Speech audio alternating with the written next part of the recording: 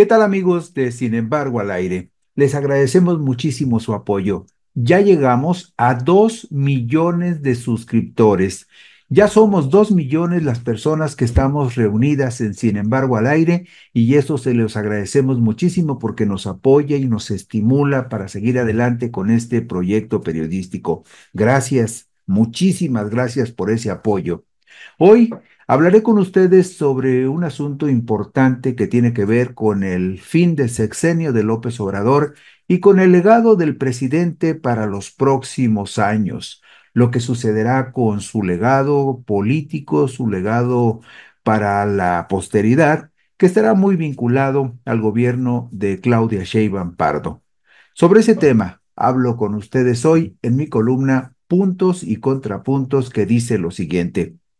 Pasaron 84 años entre 1934 y el 2018 para que después del venturoso gobierno del general Lázaro Cárdenas del Río llegara nuevamente al máximo poder de la República un gobierno identificado con la izquierda y comprometido con la mayoría del pueblo desvalido, marginado, vilipendiado y burlado por gobiernos que se presumían herederos de una revolución que muy pronto traicionaron y que durante 36 años, aliados con el gran capital nacional y extranjero, le impusieron al país y al pueblo de México un modelo de gobierno que privilegió el saqueo y el robo de los bienes y el dinero público. En su momento, el general Cárdenas trató de blindar su proyecto de orientación socialista, comprometido con los obreros, los campesinos y los marginados, pero las condiciones sociales y políticas del país no le fueron favorables, a riesgo de enfrentar hasta una posible guerra civil. Entre la sucesión de 1940 y la de 2024 pasaron 84 años, pero Andrés Manuel López Obrador, con un enorme respaldo popular y un ejército comprometido en la realización de tareas civiles que lo han alejado de las tentaciones del poder, sí pudo consolidar las bases para edificar la segunda etapa de la Cuarta Transformación, con la llegada al poder de la República de Claudia Sheinbaum Pardo, que se formó desde su juventud en las filas de la izquierda. El presidente Cárdenas desafortunadamente no pudo blindar su proyecto de futuro. López Obrador sí lo logró. El historiador Enrique Semo relata en el libro La sucesión presidencial en 1988, publicado por Editorial Grijalbo en 1987, que la nacionalización del petróleo el 18 de marzo de 1938 y 12 días más tarde la transformación del Partido Nacional Revolucionario en Partido de la Revolución Mexicana, un partido que reconocía la lucha de clases y fijaba como uno de sus objetivos la instauración de la democracia obrera y el socialismo. Esos fueron los momentos culminantes de la obra cardenista.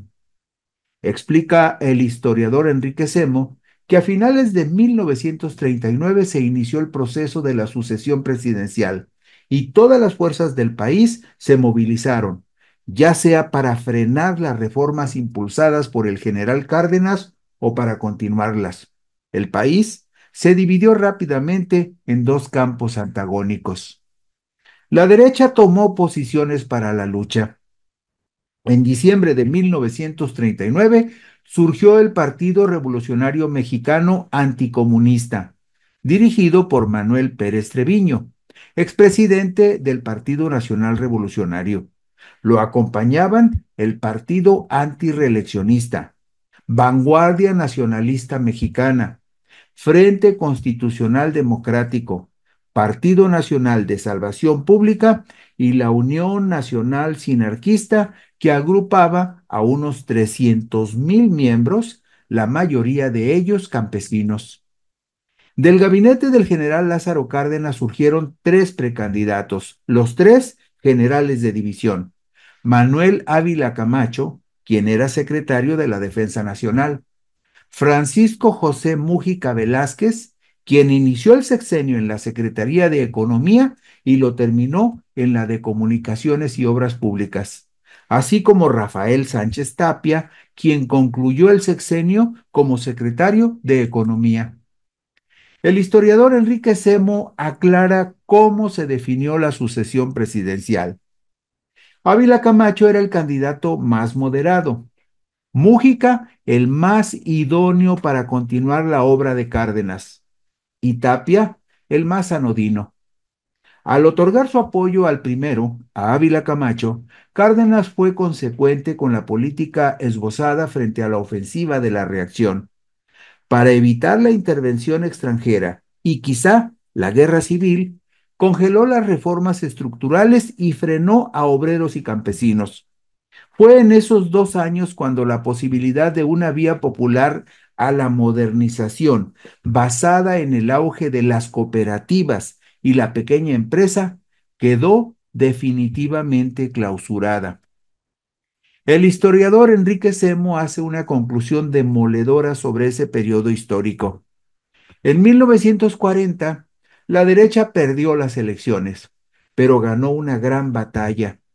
Desde 1938 puso un alto a las reformas cardenistas y logró que el nuevo presidente fuera un hombre favorable a sus intereses. Infligió una derrota duradera a la izquierda que no pudo presentar batalla y consolidó su presencia dentro y fuera de la familia revolucionaria. López Obrador termina su sexenio con una aprobación del 77% y el 68% de los mexicanos lo considera el mejor presidente de la República de las últimas 3 décadas, muy por encima de los priistas Ernesto Zedillo Ponce de León y Enrique Peña Nieto, y lejos, muy lejos de los expresidentes panistas Vicente Fox Quesada y Felipe de Jesús Calderón Hinojosa. Esta medición, según la encuesta nacional de la consultora Encol, publicada el pasado martes 24 de septiembre de 2024.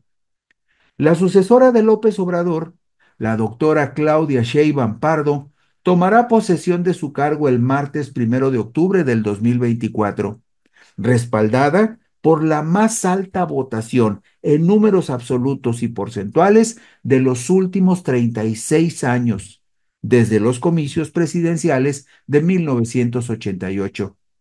Sheinbaum Pardo continuará el proyecto de la Cuarta Transformación, pues tendrá en su favor un enorme respaldo popular y las mayorías calificadas en las cámaras de diputados y senadores, lo que le permitirá aprobar las reformas constitucionales que afiancen las bases jurídicas para un profundo cambio de régimen orientado en el servicio a la mayoría del pueblo. En el mismo libro La sucesión presidencial en 1988, publicado por Editorial Grijalbo en 1987, el mítico profesor que luchó junto a los estudiantes contra el régimen autoritario en el conflicto estudiantil de 1968 y que posteriormente fundó el Partido Mexicano de los Trabajadores, el ingeniero Eberto Castillo Martínez, escribió el ensayo denominado Por la toma del poder. Decía el maestro Eberto, México permanece sujeto a la expoliación del imperialismo con el que se hayan coludido los gobernantes del país. El gobierno mexicano está desnacionalizado. De ahí la urgencia de nacionalizarlo, al igual que hizo Cárdenas con el petróleo en 1938. Para mí, esa es la alternativa. Hay que nacionalizar al gobierno. Esto implica que hay que tomar el poder. Esa es la única opción de la izquierda. O se decide a tomar el poder o sigue vegetando como fracción parlamentaria o en grupos encuevados en una clandestinidad innecesaria. Argumentaba el fundador del Partido Mexicano de los Trabajadores. El problema básico de México no es el electoral, sino movilizar al pueblo para que éste luche y defienda un programa, una política que represente sus intereses. Ese es el papel que debe jugar la izquierda, una izquierda raquítica, no sería, desde luego, capaz de ello. Se requiere de una izquierda organizada en un gran partido político, donde no haya examen de admisión. Es absurdo que se exija ese requisito. La única forma de construir un gran partido de masas es abrirle las puertas a los ciudadanos y a sus líderes para que participen en todos los niveles de actividad y dirección, decía Eberto Castillo. Ponía Eberto un ejemplo, que en Apatzingán, por nombrar un lugar, el dirigente natural sea el dirigente del partido. Porque tenemos ahí compañeros de la izquierda que tal vez desde 1920 son marxistas devotos y a quienes no sigue la gente, pero están convencidos de que son, a pesar de todo, muy revolucionarios. No estoy descubriendo el hilo negro, decía Eberto, pero un revolucionario carente de bases puede ser revolucionario de la música, de la pintura, en el arte, en la filosofía. Ahí no se requiere que tenga pueblo atrás. Pero en la política, un revolucionario sin pueblo no es un revolucionario, decía el maestro Eberto Castillo. López Obrador habla de la cuarta transformación y de la revolución de las conciencias. Con mucho pueblo detrás, confronta y desafía a las minorías privilegiadas que siempre se habían sentido dueñas del país y que ahora están defenestradas, arrinconadas y rumiando su derrota. La oposición le exige a Sheinbaum Pardo que se deslinde de López Obrador. Expresan su profunda misoginia al considerar a la futura mandataria un títere en manos de López Obrador. No habría razón para deslinde alguno, puesto que la nueva mandataria comparte el proyecto del presidente saliente y está convencida de que debe continuarlo y profundizarlo en beneficio de las mayorías.